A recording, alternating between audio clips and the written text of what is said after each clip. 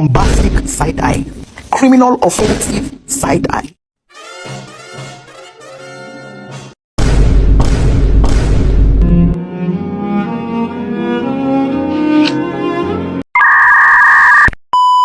Shalom, Assalamualaikum warahmatullahi wabarakatuh. Om Swastiastu, salam budaya.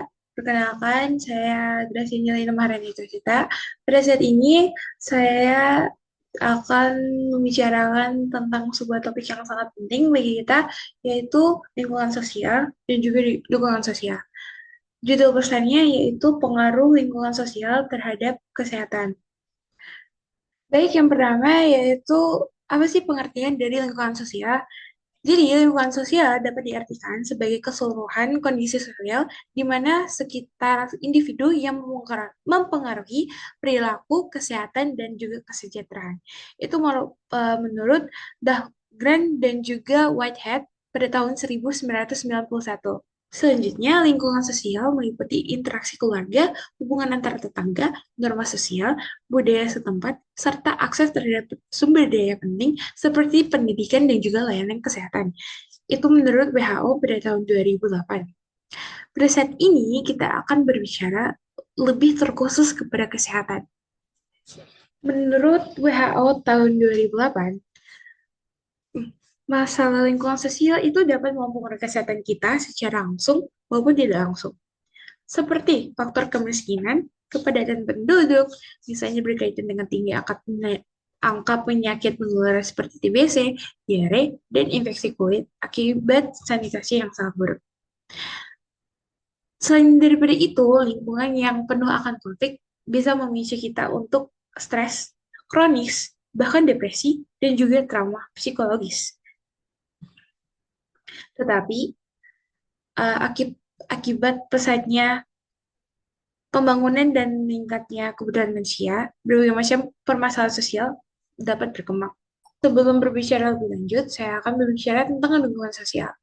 Dukungan sosial menurut para ahli yang bernama Diam Theo pada tahun 1991, dia mendefinisikan bahwa dukungan sosial itu sebagai dukungan atau bantuan yang berasal dari orang lain, seperti teman, tetangga, teman kerja, atau orang-orang lain. Yang kedua itu Gottlieb dalam SMED 1994 menyatakan bahwa dukungan sosial terdiri dari informasi atau nasihat verbal maupun non-verbal, bantuan nyata atau tindakan yang dapat dinyatakan karena kehadiran orang lain.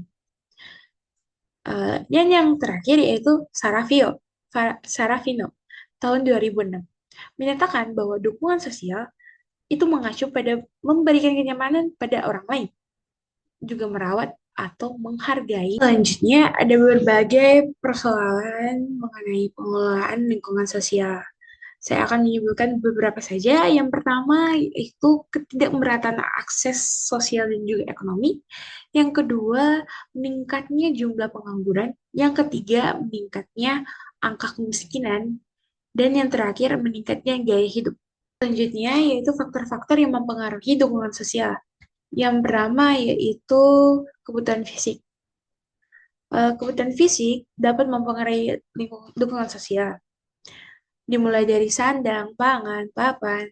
Jika tidak tercukupi, maka seseorang akan merasa kurang dan merasa kurang untuk mendapatkan dukungan sosial. Yang kedua yaitu kebutuhan sosial. Orang yang mempunyai aktualisasi diri yang baik cenderung selalu ingin mendapatkan pengakuan dalam kehidupan masyarakat. Dan pengakuan itu sangat diperlukan untuk memberikan penghargaan. Dan yang terakhir yaitu kebutuhan psikis. Dan yang terakhir yaitu kebutuhan psikis.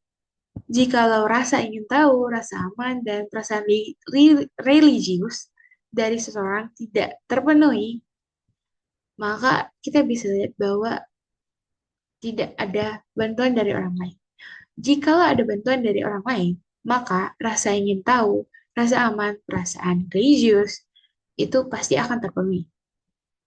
Apalagi jika seseorang mengalami masalah yang sangat berat, bahkan masalah yang ringan pun, orang-orang cenderung mencari dukungan dari orang lain. Sehingga dirinya merasa bahwa Wah, dihargai sekali, diperhatikan sekali, dan juga dicintai sekali.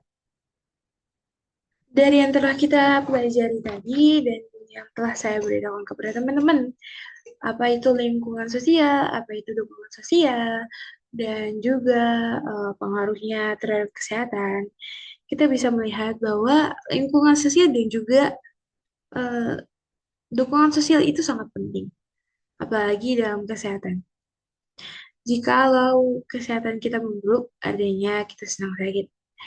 Dan jikalau dukungan sosial tidak didapatkan oleh seseorang, mungkin saja dia akan terkena sakit, penyakit, dan lain-lain. Kita tetap memerlukan orang lain dalam hidup kita, karena kita adalah makhluk sosial. Nah, dukungan sosial itu dibagi menjadi 4 kategori. Yang pertama yaitu dukungan informasi, emosional, instrumental, dan penilaian. Dari keempat ini kita dapat tahu bahwa dengan adanya dukungan informasi, yaitu memberikan penjelasan tentang situasi yang berhubungan dengan masalah, maka itu dapat memberikan nasihat petunjuk kepada seseorang bagaimana dia dapat bersikap. Lalu emosi, di mana kita meliputi ekspresi, empati, mendengarkan, bersikap terbuka, menunjukkan rasa sikap percaya terhadap orang yang sedang dikeluhkan, maka em, orang tersebut akan merasa berharga dan juga nyaman. Yang ketiga yaitu instrumental. Bantuan yang diberikan secara langsung bersifat fasilitas atau materi, misalnya meminjamkan uang jika ada yang perlu, memberikan makanan, permainan, atau sekedar memberikan minuman. Dan yang terakhir yaitu dukungan appraisal atau penilaian.